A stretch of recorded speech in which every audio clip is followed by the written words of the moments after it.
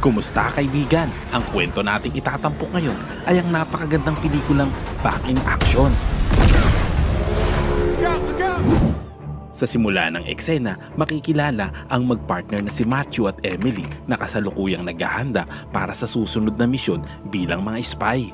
Sa mga oras na yun, tumawag ang MI6 headquarters para ibigay ang kanilang susunod na target.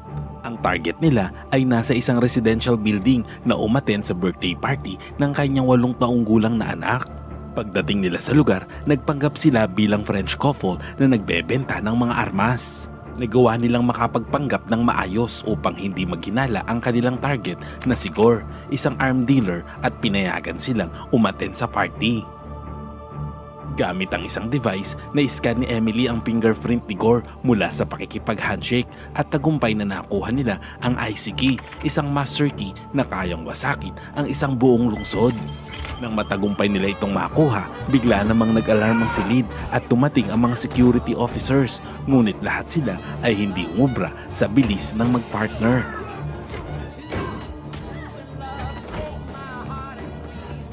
Samantala, sinabihan sila ni Chuck, ang kanilang mission supervisor, na magmadali sa meeting point upang ma-extract na ito at huwag banggitin ang tungkol sa IC key kahit kanino.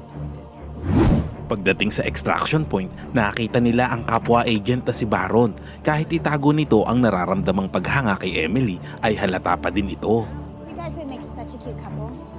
Ilang sandali pa, sa loob ng eroplano, inihayag ni Emily na buntis siya kay Matthew at natatakot siya kung hindi niya ito aaminin sa lalaki. Alam niya ding hindi tama na magpalaki sila ng anak habang sila ay mga spy. Samantala, gustong-gusto naman ni Matthew na maging ama at masayang-masaya ito sa hatid niyang balita. At upang ma-celebrate nila ang kanilang kasiyahan, nag-order sila ng champagne.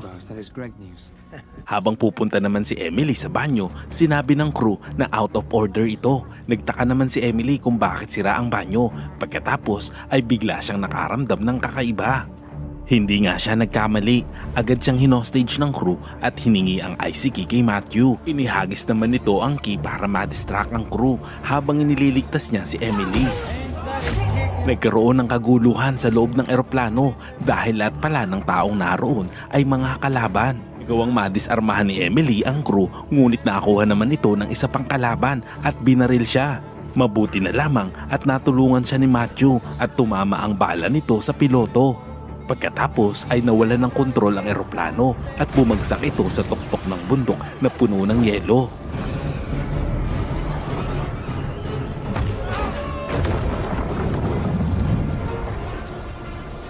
Samantala, nakita naman ni Matthew na isang parachute na lang ang naiwan at ibinigay niya ito kay Emily.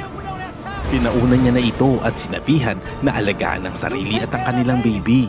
Ngunit hindi siya iniwan ni Emily at sinama niya si Matthew sa paglipad.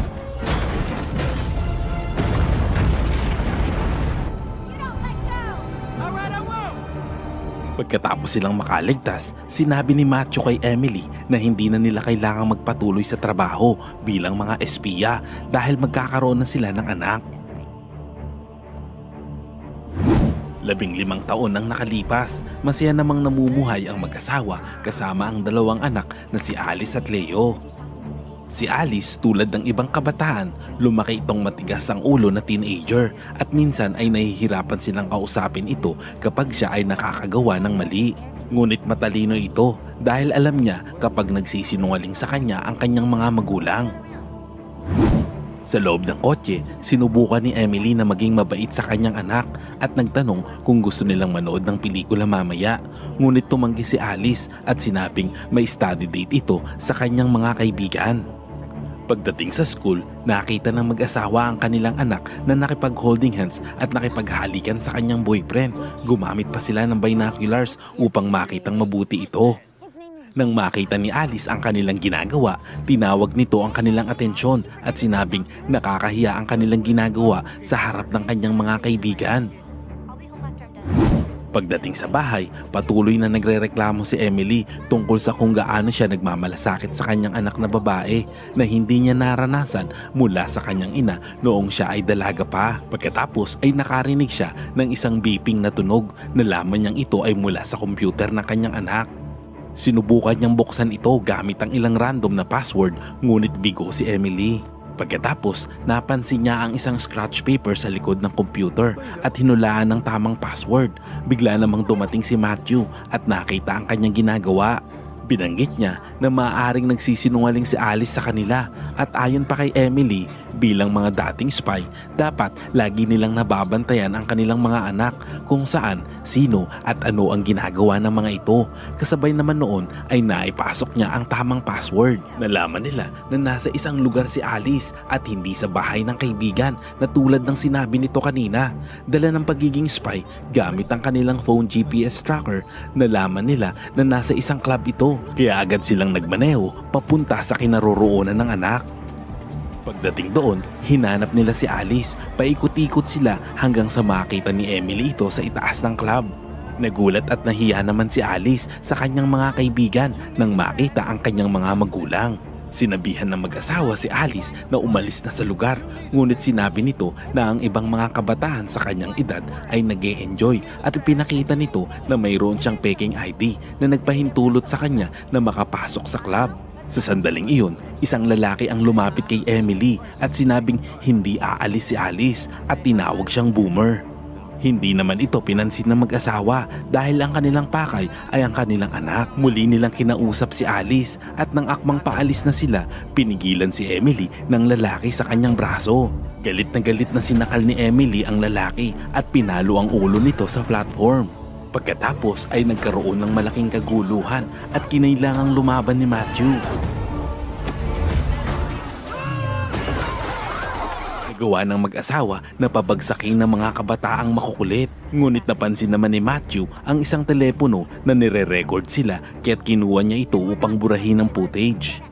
Pagkatapos sa loob ng kotse, nagtalo sila tungkol sa pagsisinungaling ni Alice na nag-aaral kuno sa bahay ng kaibigan.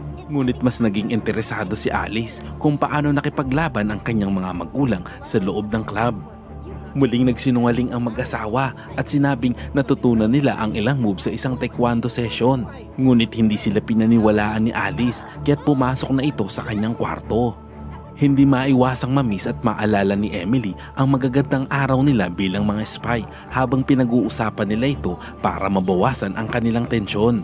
Sinubukan naman ni Matthew na pakalmahin siya sa pamamagitan ng pagpapaalala na nagpasya silang iwan ang buhay na iyon dahil sa pamilya na pinili nilang buuin. Para gumaan ang kanilang kalooban ay nag-sparring na lang sila ni Matthew. God, they're too much.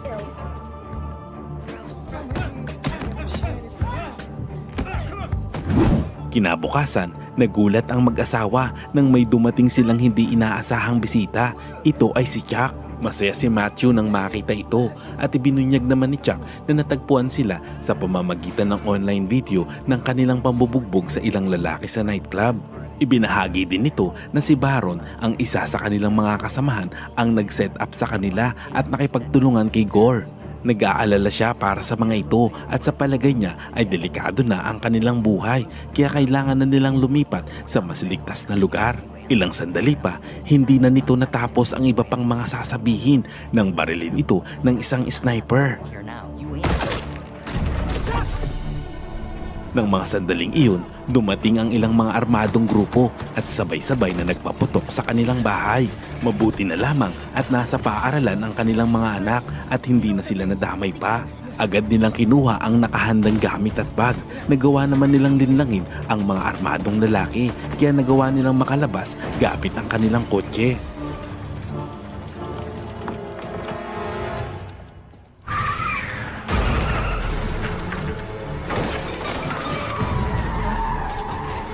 Habang hinahabol sila, inamin ni Matthew na nasa kanya pa rin ang IC key at hindi niya talaga ibinigay ang totoong key sa crew sa insidenteng nangyari sa eroplano. Ipinagtapat niyang itinago niya ito sa bahay ng nanay ni Emily sa England. Hindi naman matanggap ni Emily na inilihim nito ang bagay na iyon sa kanya. Ilang sandali pa, nakalapit ang humahabol sa kanila. Kaya nilagyan ni Matthew ng Mentos ang isang Diet Coke at ibinato ito sa humahabol sa kanila. Ang splash ay nagdulot sa kanila ng kawalan ng kontrol kaya't bumangga ang mga ito sa isang truck dahilan upang lumipad ang kanilang sasakyan.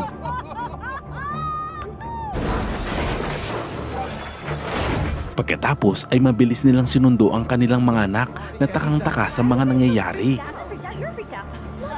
Dumiretso sila sa airport habang patuloy na nagtatanong ang mga bata, kaya't sinimulan nilang ibunyag ang ilang mga sekreto na itinago nila sa kanilang mga anak sa buong buhay nila. Para masagot ang mga tanong, ibinunyag ni Emily na buhay pa ang kanilang lola at doon sila mananatili ng ilang buwan. Pagdating nila sa London, patuloy na itinago ng mag-asawa ang kanilang mga mukha sa kamera. Kaya't hindi pa rin maintindihan ni Alice ang lahat. Mabilis naman silang sumakay ng bus papunta sa isang parking lot at kinuha ang isang kotse na kunwari ay iniwan nila doon. Samantala, dumating si Baron sa airport at sinundan ng footage ng kamera para malaman kung saan naroroon ng pamilya.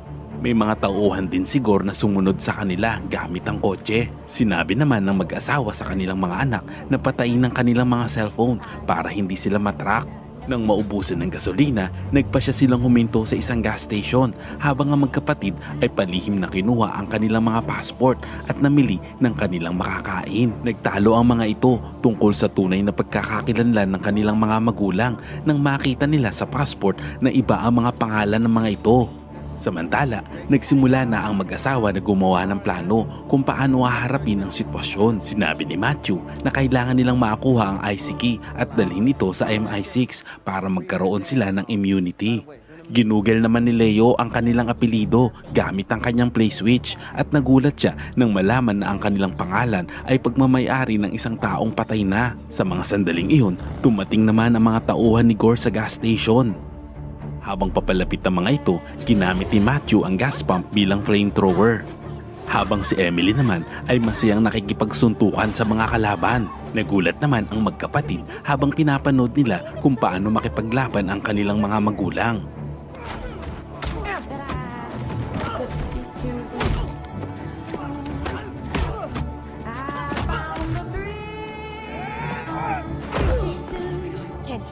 Pagkatapos ng laban, mabilis na sumakay ang pamilya sa kotse at umalis.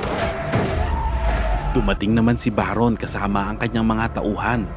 Nakaisip naman si Matthew ng paraan para mapigilan ang mga humahabol sa kanila. Pinaril niya ang tali ng malalaking tubo na sakay ng truck at bumagsak ito sa daan.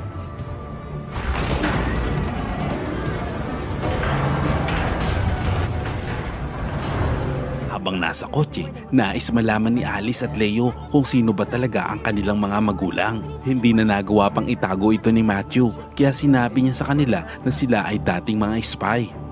Nagulat ang mga ito at hindi makapaniwala sa sinabi ng ama. Sa mga sandaling iyon, nalaman ni Matthew na may wifi connection ang play switch ni Leo, kaya kinuha niya ito at itinapon sa isang sasakyan na nasa lubong nila. Dating sa gate ng bahay ng nanay ni Emily, hindi makapaniwala ang kanyang mga anak sa laki ng lawak ng bakuran. Bumaba si Emily sa tapat ng gate at ipinasok ang napakahabang password. Pagbukas ng gate, pinasok nila ang sasakyan at pinark sa tabi. Bumaba silang lahat at naglakad papunta sa mansyon nang biglang may narinig silang putok ng baril. Nagulat sila nang malaman na ang kanilang lola ang bumaril sa isang ibon. Pinakilala naman ni Emily ang kanyang mga anak sa kanilang lola. Natuwa naman ito nang makita ang kanyang mga apo. Pagkatapos ay pinapasok ito ng matanda sa loob ng mansyon. Ilang sandali pa, nagkaroon ng mainitang pagtatalo sa pagitan ni Emily at ng kanyang ina. Ngunit sinubukan ni Matthew na palamigin ang sitwasyon sa pamamagitan ng pagpapaliwanag kung bakit sila naroon. Sa sandaling iyon, dumating naman si Nigel, ang binatang nobyo ng ina ni Emily. Nagpakilala ito sa kanila at nagpatawag na lolo sa mga bata. Sa ibang eksena, nalaman na ni Baron at ng kanyang partner ang lokasyon nila Emily at nalaman din nila na dating nagtatrabaho sa MI6 ang nanay ni Emily. Bumalik ang eksena sa mansyon. Dinala naman ni Nigel ang mga bata sa kanyang espesyal na kwarto at sinubukang ipakita kay Leo ang kanyang mga gamit sa school kasama ang mga computer code na isinulat niya para magustuhan ng mga bata. Sinabi naman ni Matthew sa matanda na itinago niya ang IC key sa kanyang compound at naroon sila para kunin ito. Nagkaroon ulit ng mainitang pagtatalo ang mag-ina at sinabi ni Emily na hindi ito naging supportive sa kanya noong bata pa siya.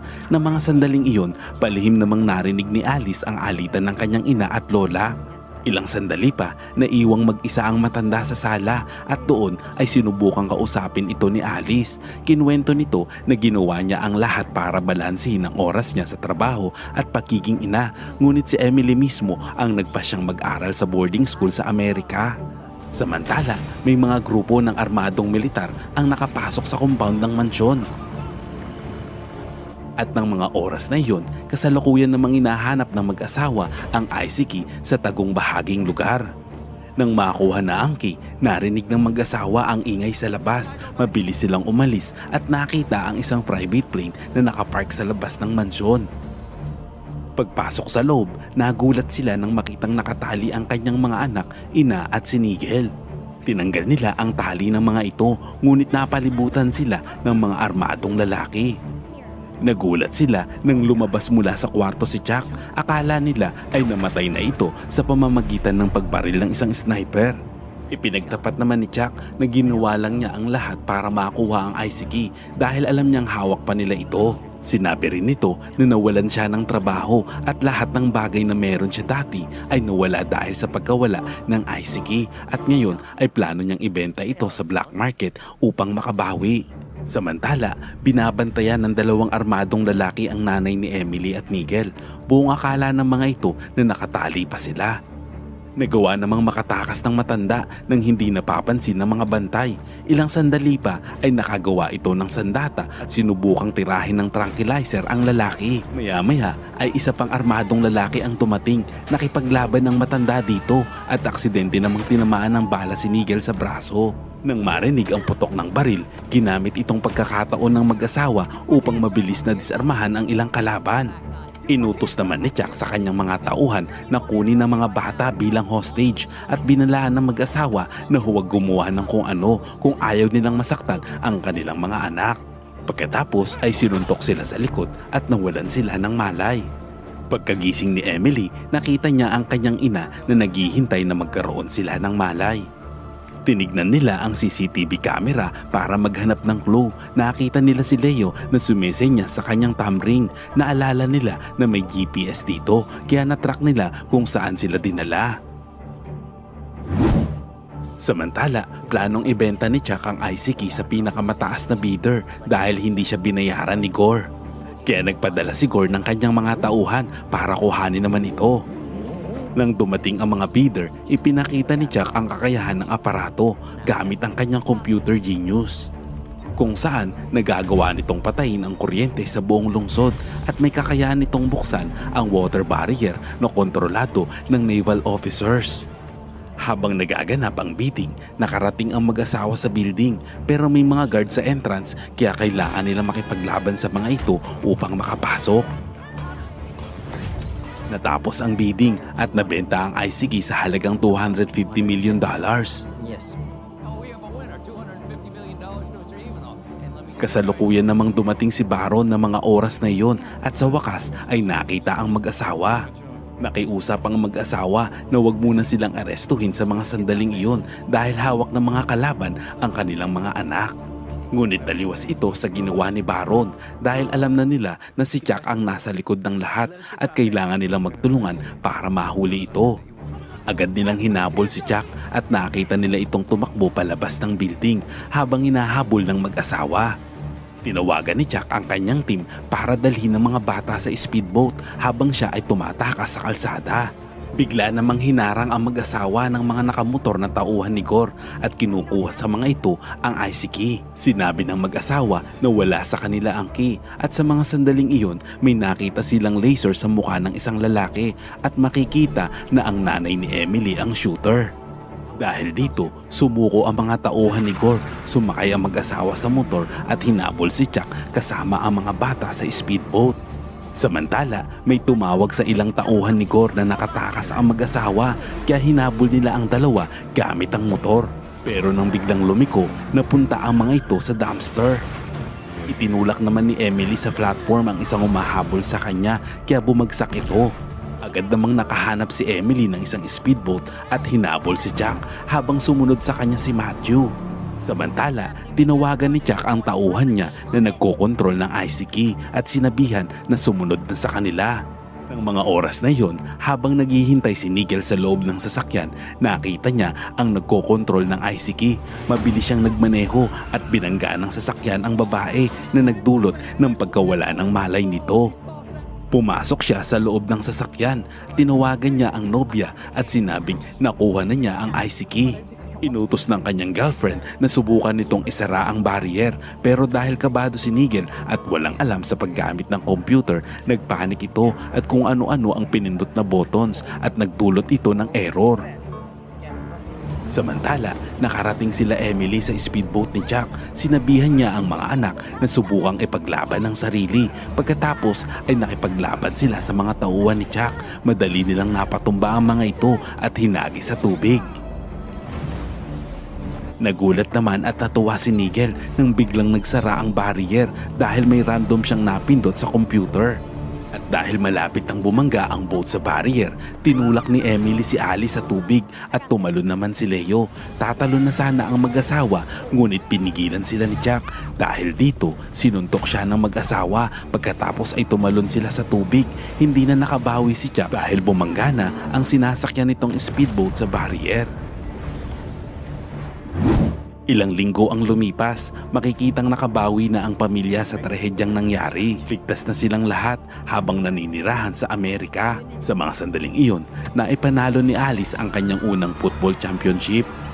Habang nagdiwang ang lahat, sinabi ni Alice sa kanyang nanay na gusto niyang manood ng movie kasama ito. Nangako naman si Nigel kay Leo na ituturo niya dito ang lahat ng kailangan niyang malaman tungkol sa pagiging spy. Masaya naman ang mag-asawa na bumalik na sa normal ang lahat habang papasok sila sa kanilang sasakyan.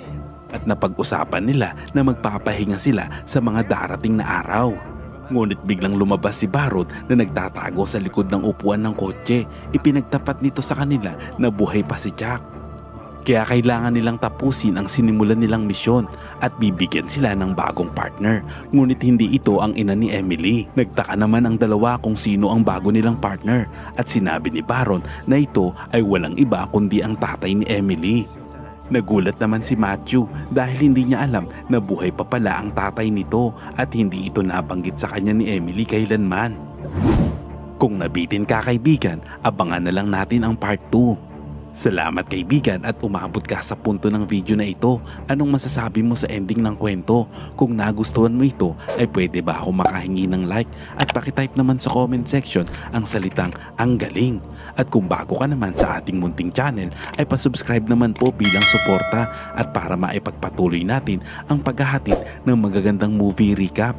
Panoorin mo na rin po ang buong movie pag may time ka. Sana'y nagustuhan mo kaibigan ang kwentong ating itinampok. Kung magkagayon ay baka naman pwedeng pakilike ang videong ito at pasubscribe na rin sa aking channel.